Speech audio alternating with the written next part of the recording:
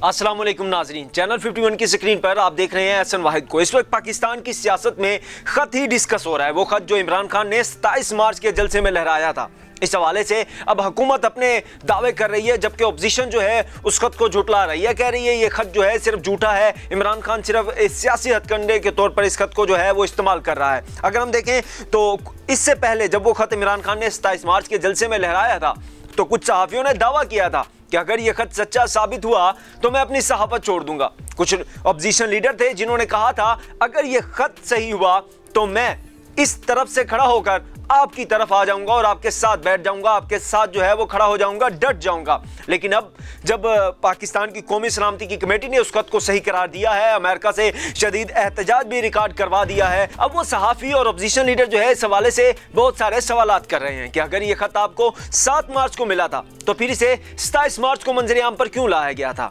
अगर ये खत वाकया ही सच था तो सिक्योरिटी अदारों से पहले डिस्कस क्यों नहीं किया गया। और बिलावल ने तो यहां तक कह दिया है कि आप जिस तहरीक अदम एतमाद को अपनी खुशकिस्मती कहते थे, अब आप उसे एक साजिश कहने लग गए हैं। अब आप कहते हैं कि ये तहरीक अदम एतमाद जो है वो इस खत के नतीजे में आई है।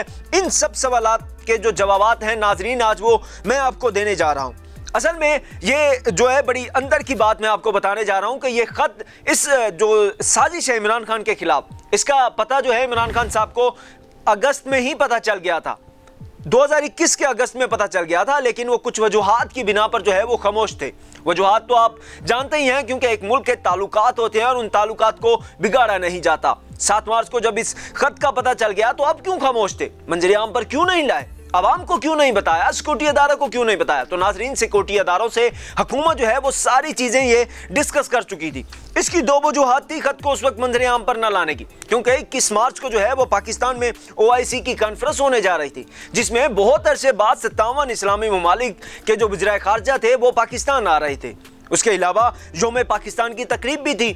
अगर यह खत उस वक्त मंजर आम पर लाया जाता तो उसमें बहुत सारे ममालिक ऐसे भी हैं जो अमेरिका के करीब समझे जाते हैं। मुमकिन है ये पाकिस्तान में जो OIC की कॉन्फ्रेंस होने जा रही थी, ये सारी जो है वो सबूतास हो जाती इस सारे मामले पर। जो है वो ये अगर पाकिस्तान जो है इस मामले में उलझ कर रह जाता तो उसके इंतजामात बेहतर तरीके से ना हो सकते।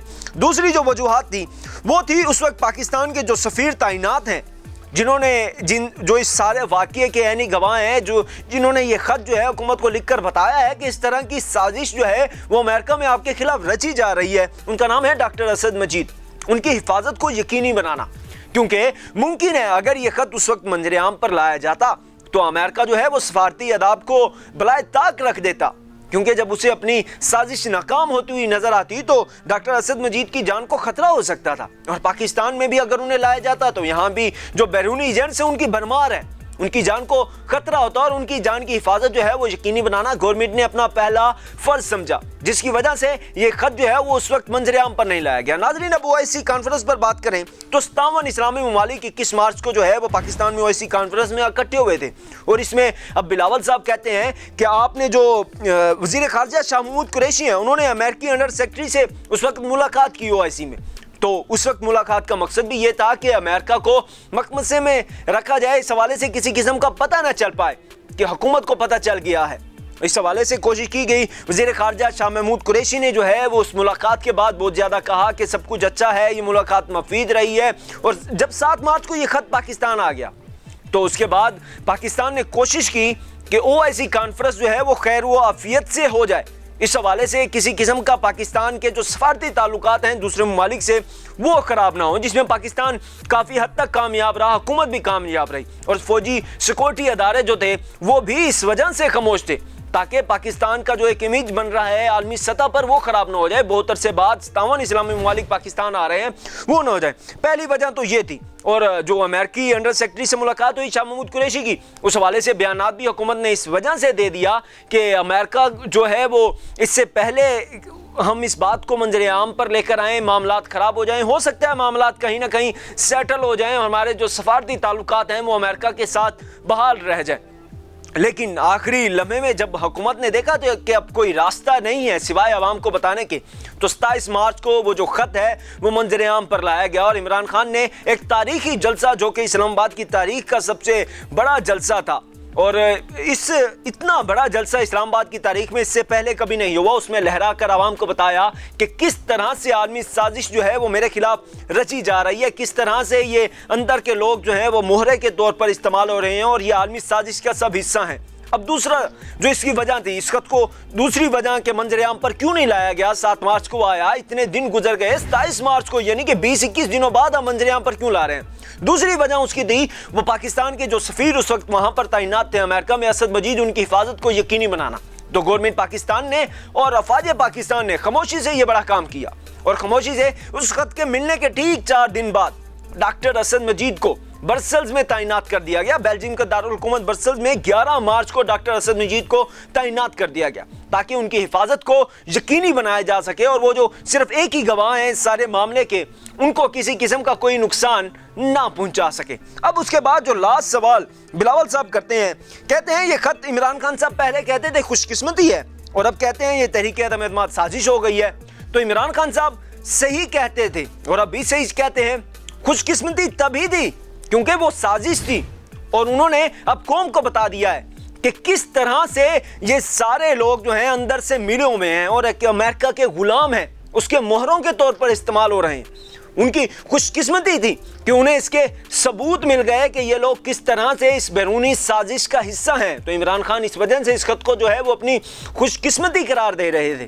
یہ وجوہات چند ہو سکتی ہیں جو کہ عمران خان صاحب کے ذہن میں ہیں, جس کی وجہ سے وہ اس کو اپنی خوش قسمتی بھی قرار دے رہے ہیں. اب ناظرین, آخر میں آپ کو بتاتا چلوں کہ عمران خان صاحب نے بھی صحافیوں سے ملاقات کی ہے, جس میں انہوں نے کہا ہے کہ میں جو ہے وہ اتوار کو سنڈے کو جو ہے وہ سرپرائز دوں گا جس دن ووٹنگ ہوگی. انہوں نے کہا ہے کپتان ڈٹ کر کھڑا ہے اور آخری گیند تک لڑے گا. انہوں نے کہا ہے میں کسی صورت جو ہے ہتھیار نہیں ڈالوں گا, میں استعفیٰ نہیں دوں گا. قوم جو ہے وہ اس دن دیکھ لے گی کہ کون سے لوگ جو ہیں وہ بیرونی ہاتھوں میں کھیل رہے ہیں. اب ان کا سرپرائز کیا ہوگا, اس حوالے سے بہت ساری باتیں ہو رہی ہیں, لیکن میں آپ کو ایک بتا دوں کہ عمران خان نے اپنے جو سینئر وزراء ہیں, یہ اندر کی خبر آپ کو بتانے جا رہا ہوں, ان سے مشورے کر لیے ہیں. اس حوالے سے پلاننگ جاری ہے. شاید وزیر اعلیٰ جو ہیں KPK کے, ان کی آپ نے وائس بھی سن لی ہوگی, وہ ایک وائرل ہو رہی ہے, جس میں وہ اپنے وزراء کو کہہ رہے ہیں کہ آپ ریلیاں نکالیں, باہر نکلیں, عوام کو نکالیں. اس حوالے سے تیاریاں مکمل طور پر جاری ہیں. اسلام آباد میں PTI کے جو ہیں وہ کارکن آ سکتے ہیں, احتجاج کی صورت میں آ سکتے ہیں.